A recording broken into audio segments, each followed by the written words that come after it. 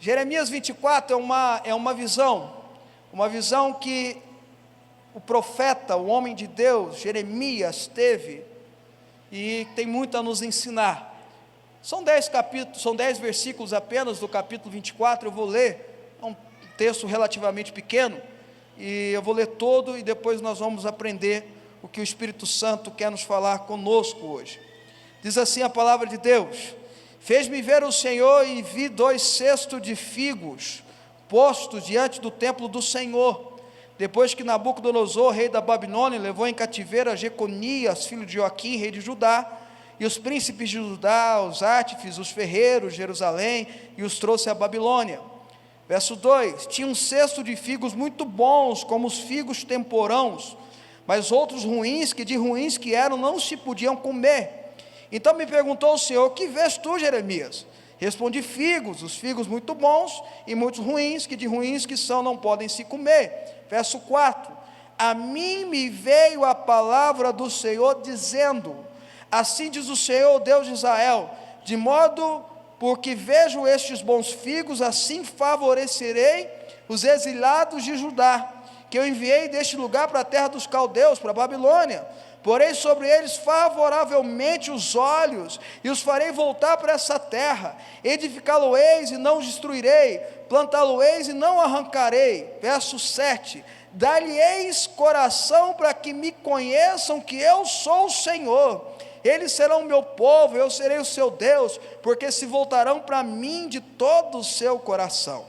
Verso 8: como se rejeitam os figos ruins, que de ruins que são não se podem comer, assim tratareis Edequias, rei de Judá, diz o Senhor, e seus príncipes, e o restante de Jerusalém, tanto os que ficaram nessa terra, como os que habitam na terra do Egito, e os farei objeto de espanto, calamidade para todos os reinos da terra, opróbrio e provérbios, escárnio e maldição em todos os lugares por onde eu rajorei.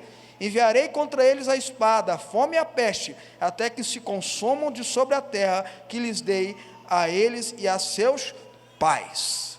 Aleluia, glória a Deus, em tudo dai graça. E às vezes a gente lê um texto pesado, que mostra a severidade das coisas de Deus, a gente tem que dar glória a Deus também, porque a graça de Deus, a misericórdia de Deus, ela triunfa sobre o merecimento, mas as consequências dos nossos atos também, ele flui, enquanto nós não assumimos a posição em Cristo Jesus para anulá-los. E é sobre isso que esse texto da Bíblia, de Jeremias, é retratado, que a Bíblia conta aqui. A Bíblia conta que esse profeta, esse homem de Deus, esse grande homem de Deus, que começou seu ministério muito jovem, muito cedo, a Bíblia diz que o chamado de Jeremias foi algo extraordinário.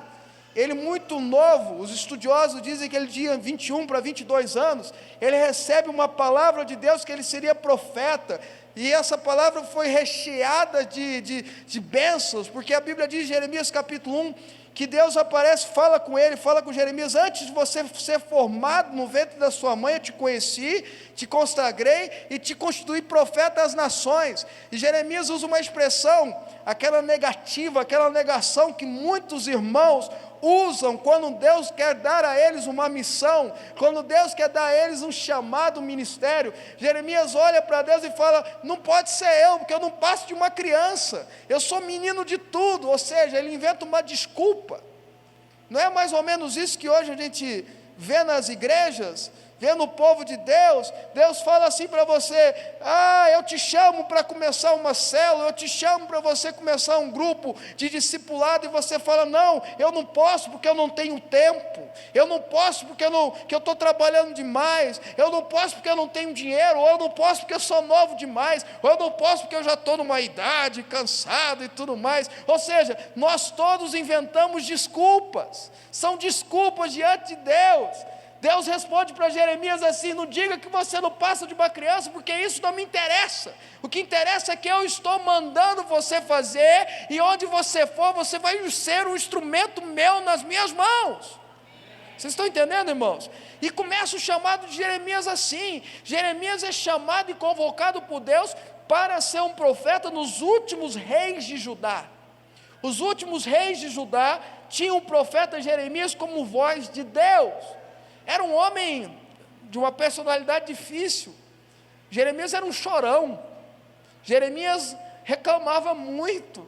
Jeremias sempre estava chorando diante de Deus. Ele não murmurava, porque murmuração é quando a gente reclama para os outros, murmuração é quando a gente fala para os outros. Agora, quando eu reclamo para Deus, quando eu levo meus pedidos para Deus, eu estou subindo o meu clamor diante de Deus. Era o que Jeremias fazia. Jeremias é o único personagem da Bíblia, e às vezes a gente faz confusão teológica com isso, mas é o único personagem da Bíblia que nós podemos afirmar que não se casou, porque ele recebeu uma ordem direta de Deus para não se casar. Tem gente que fala de Daniel, tem gente que fala de Paulo, tem gente que fala de Neemias, mas não há nenhuma comprovação nisso.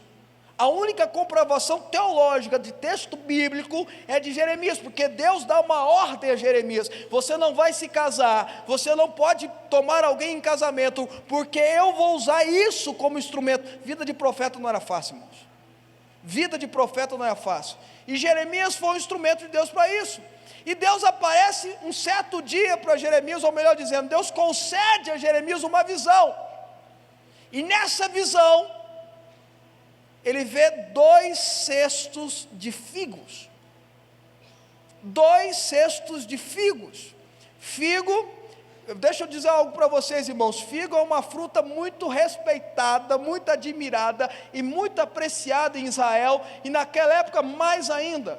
Para você ter uma ideia da importância do figo na Bíblia, ela aparece mais de 50 vezes na Bíblia. Figueiras, figos, é um fruto extremamente importante na Bíblia. Para você ter uma ideia mais ainda, lá no Jardim do Éden, aparecem poucos nomes no Jardim do Éden de plantas, e a planta com fruto, que aparece em Gênesis, quando fala do Jardim do Éden, é figo, porque a Bíblia diz que Adão e Eva, quando se viram nus e ficaram envergonhados, Deus fez roupas para eles, usando a folhagem de figo, que é uma folha maior da planta de figo, e fez roupas para eles não se sentirem envergonhados.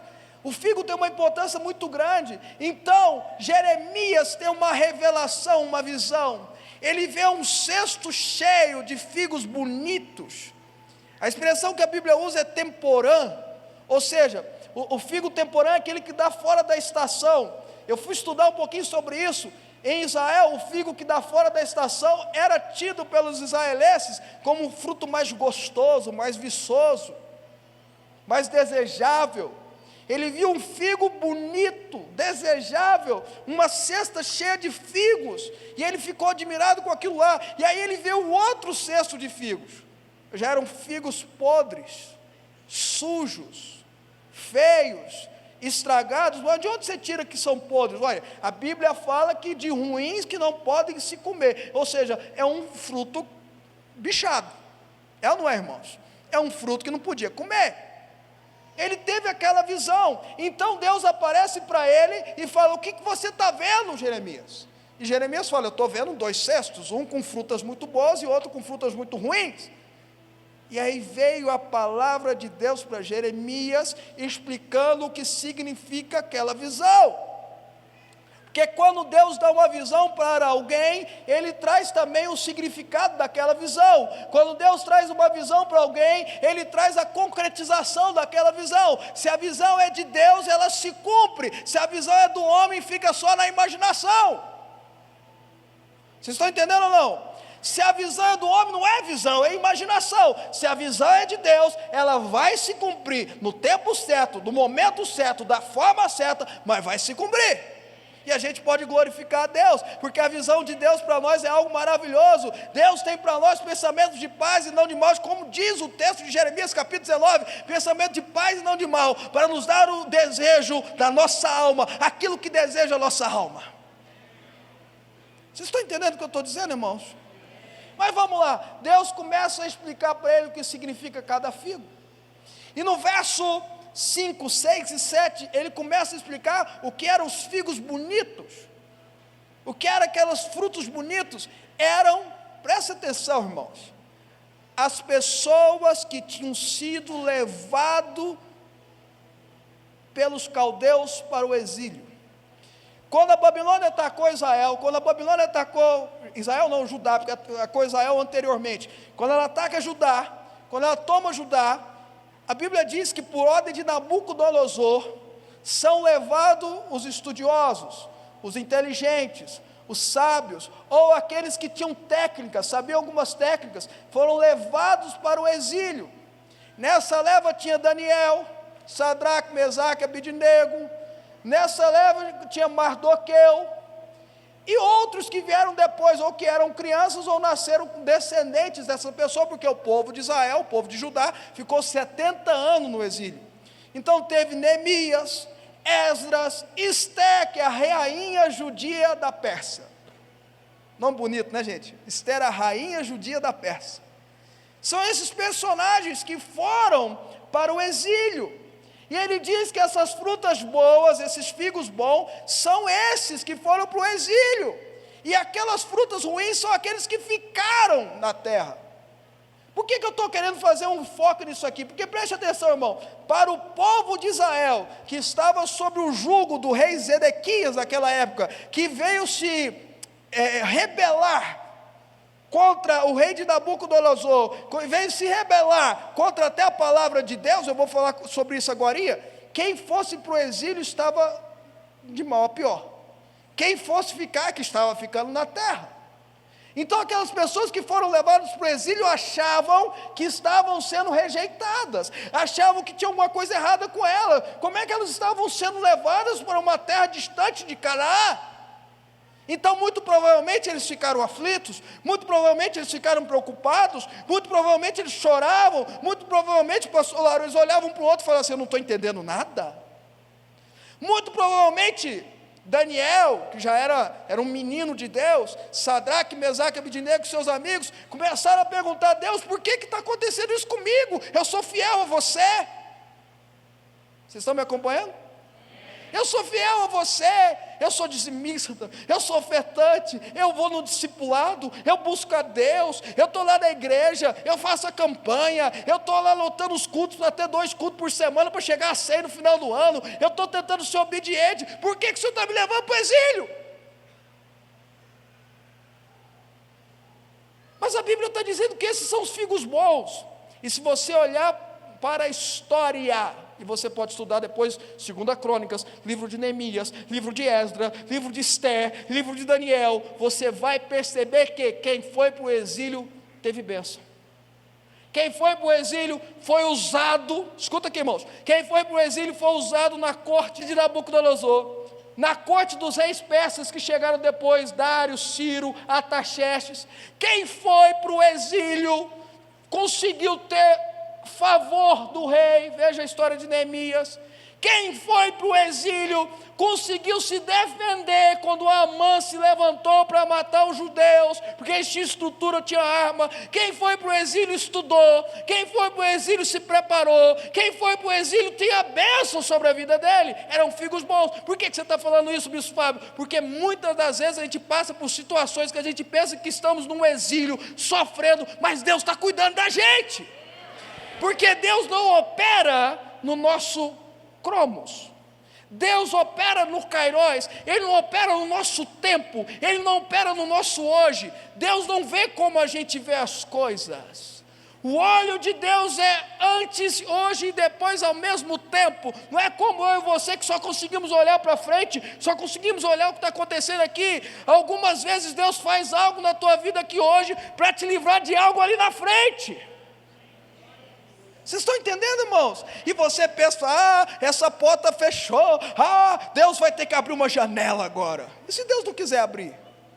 E se Ele não abrir, irmãos? Ele está cuidando de você, Ele sabe o que é melhor para a tua vida. As pessoas estavam indo para o exílio chorando, as pessoas estavam indo para o exílio falando assim: Ele me abandonou. As pessoas estavam indo para o exílio falando assim: eu perdi tudo. E Deus estava falando: eu vou cuidar de vocês. Isso serve para você, isso serve para você que está me assistindo em casa, isso serve para a tua vida. Olha aqui, a Bíblia diz mais aqui, no verso 6, a Bíblia diz o seguinte, capítulo 24, verso 6, porém sobre eles favoravelmente os olhos, favor, graça, os meus olhos estão voltados para eles. Por isso, não é que os olhos de Deus estão voltados para os figos bons, Não é que Deus está fazendo acepção de pessoas, não é que Deus está fazendo distinção, presta atenção, é o fato dos olhos de Deus estarem favoravelmente às pessoas, é que elas se tornaram figos bons. É o fato o que é favor? Graça.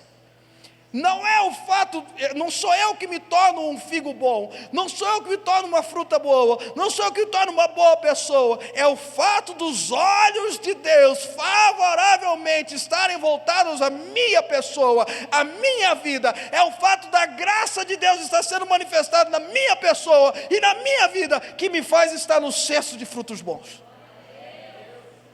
Graça. E ele continua dizendo aqui, ele fala assim, cadê verso 6?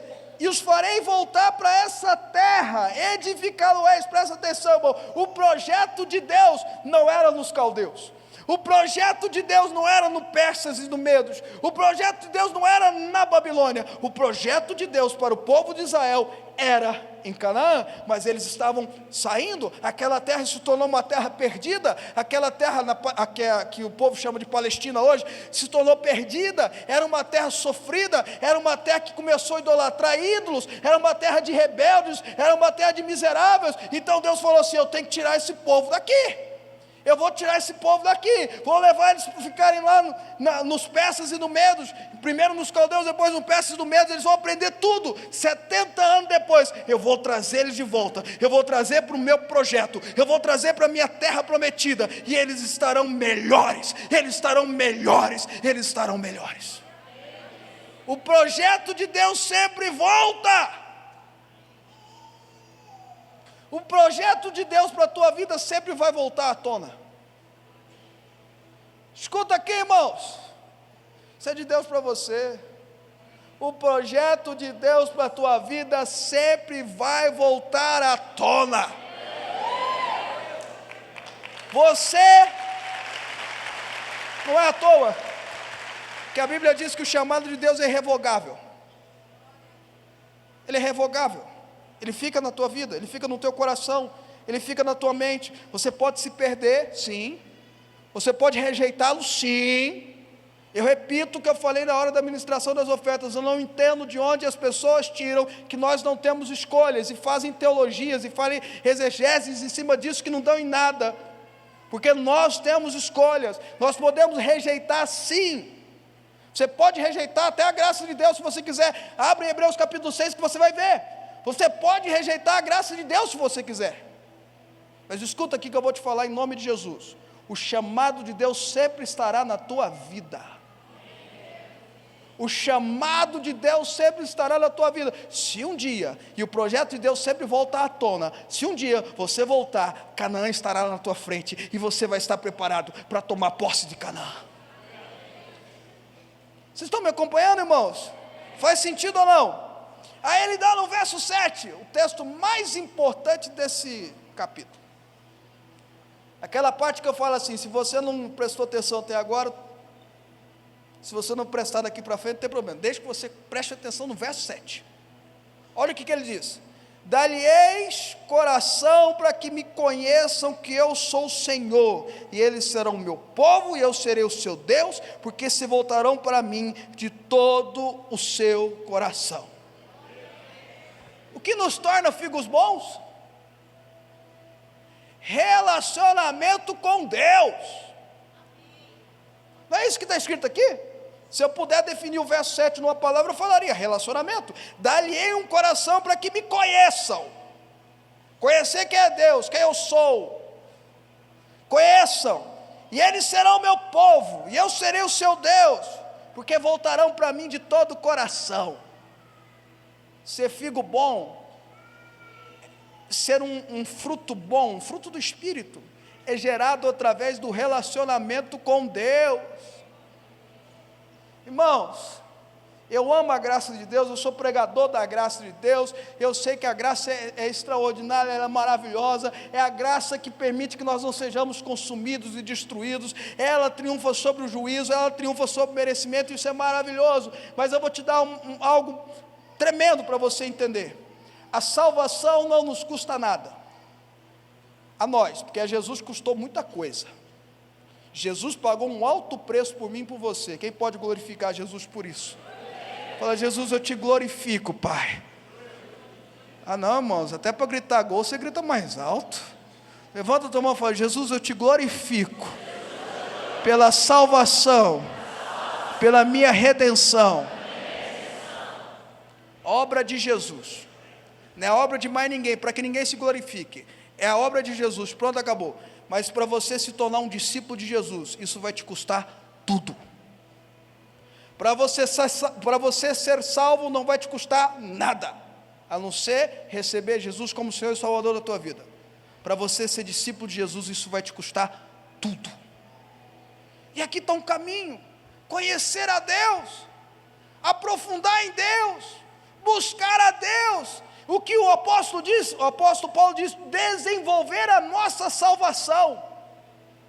Desenvolver, como é que eu desenvolvo a minha salvação, irmãos? Buscando a Deus, conhecendo a Deus, aprofundando em Deus, traduzindo, lendo a Bíblia, aprofundando na Bíblia, orando, buscando, jejuando, ouvindo pregações, ouvindo discipulado, lendo bons livros, mas principalmente leia a Bíblia. Se é para escolher entre livro e Bíblia, fica com a Bíblia, rejeita livro. Leia a Bíblia. Está aí uma pesquisa, não sei se vocês viram na internet. Tem coisa boa na internet também, irmãos, não é só coisa ruim não.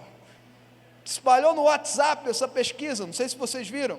Era uma entrevista do John Bevere. John Bevere estava entrevistando uma pessoa. Na entrevista que está na internet, ele vai falando que a pessoa que lê a Bíblia pelo menos 4 vezes na semana. Vocês viram essa? Quem viu, faz assim com a sua mão. 4 vezes na semana, pelo menos. Ele é 60% menos propenso à depressão. Ele é não sei quantos por cento menos propenso a pecado. Ele é mais fiel ao seu casamento. Ele é mais capaz no seu trabalho. A pesquisa é toda dessa. Eles fizeram uma pesquisa: quem lê a Bíblia uma vez por semana não faz diferença, quem lê a Bíblia 2 vezes por semana não faz diferença. Aí na terceira vez por semana, 3 vezes por semana, ele vai explicando isso na entrevista, começa a mudar um pouquinho o ciclo. Agora quando começa a ler 4 vezes por semana, é 60% a mais de condição para você ser vencedor. Olha o poder que há na palavra de Deus. Eu te dou uma palavra, eu falei para você, e repito, sempre falo isso para você e repito: leia a palavra de Deus. Leia a palavra de Deus. Salmos 1, verso 2. Verso 1: bem-aventurado o homem que não anda no conselho dos ímpios, nem se detém na roda dos pecadores, nem se assenta na roda dos escarnecedores. Desculpa. Antes o seu prazer, verso 2, está na lei do Senhor, e nela medita de dia e de noite. Antes o seu prazer está na Bíblia, na palavra de Deus, e nela medita de dia e de noite. Dia e de noite tem a ver com temporal, tempo. Eu tenho que ler a Bíblia, estudar a Bíblia de dia, tenho que ler a Bíblia, estudar a Bíblia de noite. Mas a Bíblia, na teologia, dia significa coisas boas, noite significa coisas ruins, perigos, aflições. O choro dura uma noite, mas a alegria vem pela manhã. Vocês estão me acompanhando? O que o salmista fala em Salmos capítulo 1? Que você tem que ter o prazer na palavra de Deus quando as coisas estão boas. Está tudo dando certo, o que eu tenho que fazer? Eu vou meditar na Bíblia de dia e de noite. Está tudo alegre e feliz, o que eu tenho que fazer? Vou meditar na Bíblia de dia e de noite. E quando as coisas estão ruins também, quando eu estou no meio da tempestade, quando eu estou em aflição, quando eu estou passando por problema, eu tenho que pegar a Bíblia e estudar a Bíblia. Aí no verso 8 ao verso 10, ele apresenta os figos estragados. Quem são esses figos estragados? Eu vou falar rápido aqui, irmãos. Eram pessoas que estavam debaixo do espírito de Zedequias. Zedequias era um rebelde. Zedequias era o 3º filho de Josias. Zedequias era um fujão. Zedequias rebelou contra seus próprios irmãos, que assumiram o reino antes dele. Zedequias não obedecia a palavra do profeta, era um desobediente. O espírito de Zedequias é um espírito rebelde. O espírito de Zedequias é um espírito desobediente. Eles eram pessoas que queriam voltar para o Egito, A gente estuda na Bíblia e vê que quando o povo de Israel sai do Egito, Deus fala, não, volta para o Egito. O Egito é uma simbologia errada, é uma simbologia de pecado, mas eles insistiam, e eles, ao ponto de, quando eles estavam indo para o Egito, Jeremias para na frente deles e fala, vocês não podem ir. Eles obrigam Jeremias a ir junto com eles.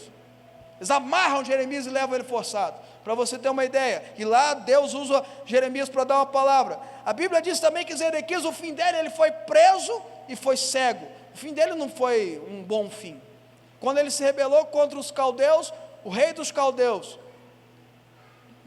não se sabe se foi Nabucodonosor ou o filho dele, é mais provável que tenha sido o filho dele, manda prender Zedequias, matar os filhos dele na frente dele. Presta atenção, é uma coisa muito cruel. Ele mata os filhos dele na frente dele e fura os 2 olhos dele, para que seja a última coisa que o rei Zedequias veja, a última coisa que ele lembra. Olha, por que você está falando isso, bispo? Porque eu tenho que trazer a simbologia bíblica disso aí. O espírito de Zedequias leva a gente a ser preso, o espírito de Zedequias leva a gente a perder a nossa família, e o espírito de Zedequias leva a gente a ser cego, sem visão. Vocês estão entendendo, irmãos? Isso que produz eu ser um figo estragado. Isso que produz eu ser um figo estragado. Quando eu desobedeço o profeta, quando eu tenho um coração rebelde, quando eu quero voltar para o Egito, é isso que me leva a ser um figo estragado. A promessa que a gente estudou era para figos bons. Deus vai colocar os olhos favoravelmente a vocês, darei o coração para conhecerem a Deus. Isso tudo, onde você estiver, no lugar da sua aflição, no lugar dos caldeus, no lugar da Babilônia, eu vou te honrar. Isso tudo é palavra para os figos bons, mas há palavra para os figos ruins também. A palavra para aqueles que escolheram serem aprisionados e cegos. A gente não pode deixar de falar, porque a Bíblia diz que Deus sobre tudo trará o juízo. Mas eu tenho uma outra palavra para os figos maus, porque eventualmente deve ter um ou outro aqui, eventualmente deve ter alguém rebelde aqui, eventualmente deve ter alguém aqui com o coração voltado mais para o Egito do que para Hebrom. Jesus contou uma parábola que está em Lucas 13, depois você, não precisa abrir, depois você estuda. A Bíblia conta que um senhor, Jesus conta essa parábola, que um senhor chega numa figueira que estava no meio das suas vinhas, e procura um fruto ali e não achou esse fruto. E esse senhor fala assim, arranca essa figueira e joga fora, porque não dá nada. E o servo daquele senhor, ora para ele e fala, não, meu senhor, deixa eu cavar um pouquinho, deixa eu adubar um pouquinho, deixa eu cuidar dessa figueira, deixa eu regar dessa figueira, daqui 1 ano o senhor volta. Se não tiver dado nada ainda, o senhor arranca. Se tiver dado, a gente continua. Jesus estava dizendo, o Senhor Deus, juiz de toda a terra, Jesus, seu filho. O Senhor Deus de toda a terra, juiz de toda a terra, muitas vezes olha para a gente e vê a gente um figo estragado, uma árvore que não dá fruto, bichada, cheia de problemas, cheia de erros, cheia de pecado, cheia de não sei o quê. E a nossa condenação é ser arrancado e jogado fora. Mas tem Jesus do lado, pela sua graça e pela sua misericórdia, que fala assim, deixa eu cavar um pouquinho, deixa eu cuidar 1 ano, deixa eu adubar, deixa eu jogar água. Irmãos, sabe o que leva um fruto do figo ser bom, diferente? Porque figo pode ser uma fruta silvestre, ela pode dar sem nenhum tratamento, mas geralmente não é um fruto bom. Para o fruto ficar docinho, bom, e os israelenses sabiam disso naquela época. Eu não sou agrônomo, eu sei porque eu estudo da Bíblia. Então, escuta aqui, irmãos, eles sabiam que tinham todo um processo de adubo, todo um processo de cuidado, e aquela plantinha virava uma árvore gigantesca, que podia chegar até 9 metros, que era uma sombra fantástica. Aliás, a sombra do figo na Bíblia é algo maravilhoso. Por que você está falando isso, bispo? Porque quando Jesus adubar você, cuidar de você, regar você, você vai se tornar uma árvore gigantesca, cuja tua sombra vai alcançar todos os familiares, vai alcançar toda a sua sociedade, e você vai dar figos bons. Para você que por algum motivo ainda é um figo ruim, deixa eu te dar uma palavra de Deus para você em nome de Jesus. aceita o cuidado de Jesus. Deixa Jesus te cultivar. Jesus às vezes vai cortar um pouquinho, a Bíblia fala que Ele dá uma podada, a Bíblia fala que Ele corta os galhos podres, então às vezes Ele vai dar uma podada em você, mas o amor dEle, o cuidado dEle, vai te fazer um figo maravilhoso. Isso é graça, isso é o favor imerecido, isso é a misericórdia de Deus.